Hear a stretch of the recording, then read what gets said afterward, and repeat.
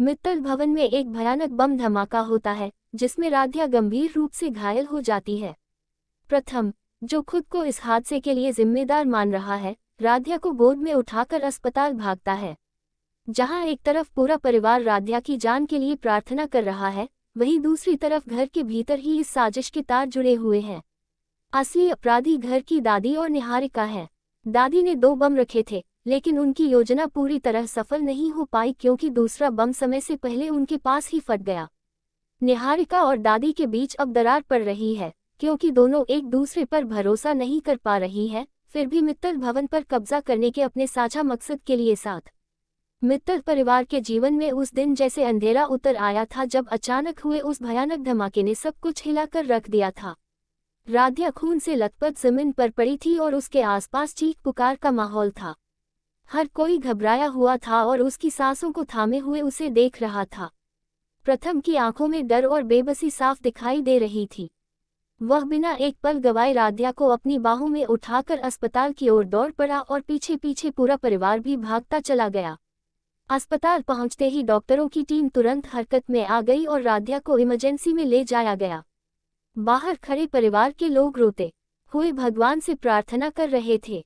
तो फ्रेंड्स, अगर आपको ये वीडियो अच्छी लगे तो वीडियो को ज़्यादा से ज़्यादा लाइक करें, सब्सक्राइब करें और नीचे कमेंट्स में आई लव यू राध्या जरूर लिखें कि राध्या को कुछ ना हो। हर किसी के चेहरे पर डर और गुस्सा दोनों साफ झलक रहे थे और सबसे ज़्यादा टूट चुका था प्रथम, जो खुद को इस हादसे के लिए जिम्मेदार मान रहा था। इधर घर पर दादी अकेली रह गई थी। उनके चेहरे पर घबराहट के साथ साथ एक अजीब सा तनाव भी था।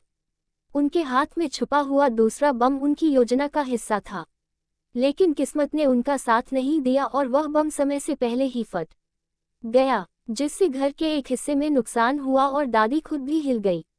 पर उन्होंने किसी तरह खुद को संभाल लिया और यह ठान लिया कि अगली बार वह कोई गलती नहीं करेगी।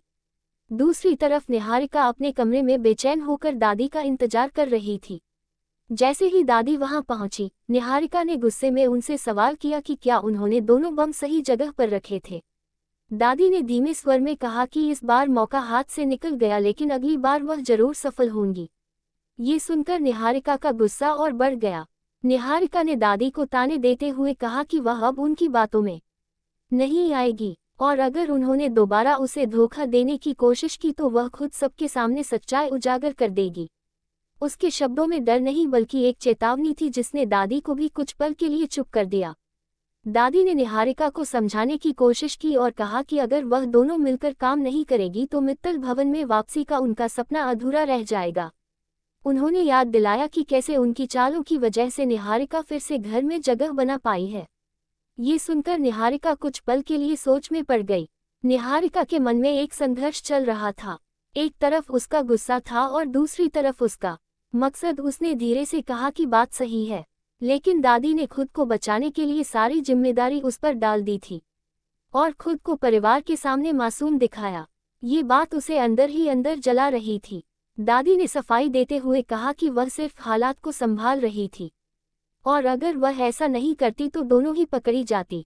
उन्होंने निहारिका को यह भी याद दिलाया कि उनका असली लक्ष्य अभी पूरा नहीं हुआ है और उन्हें धैर्य रखना होगा। उधर अस्पताल में डॉक्टर बाहर आए और उन्होंने बताया कि राध्या की हालत गंभीर है, लेकिन वह पूरी कोशिश कर रहे हैं। ये सुनकर परिवार के लोग और ज्यादा डूब गए। प्रथम ने खुद को संभालते हुए डॉक्टर से कहा कि वह जो भी जरूरी हो करे, बस राध्या को बचा ले। रात गहराती गई लेकिन अस्पताल के बाहर इंतजार खत्म नहीं हुआ। हर मिनट जैसे एक युग के बराबर लग रहा था। पूजा और बाकी सदस्य एक दूसरे को संभालने की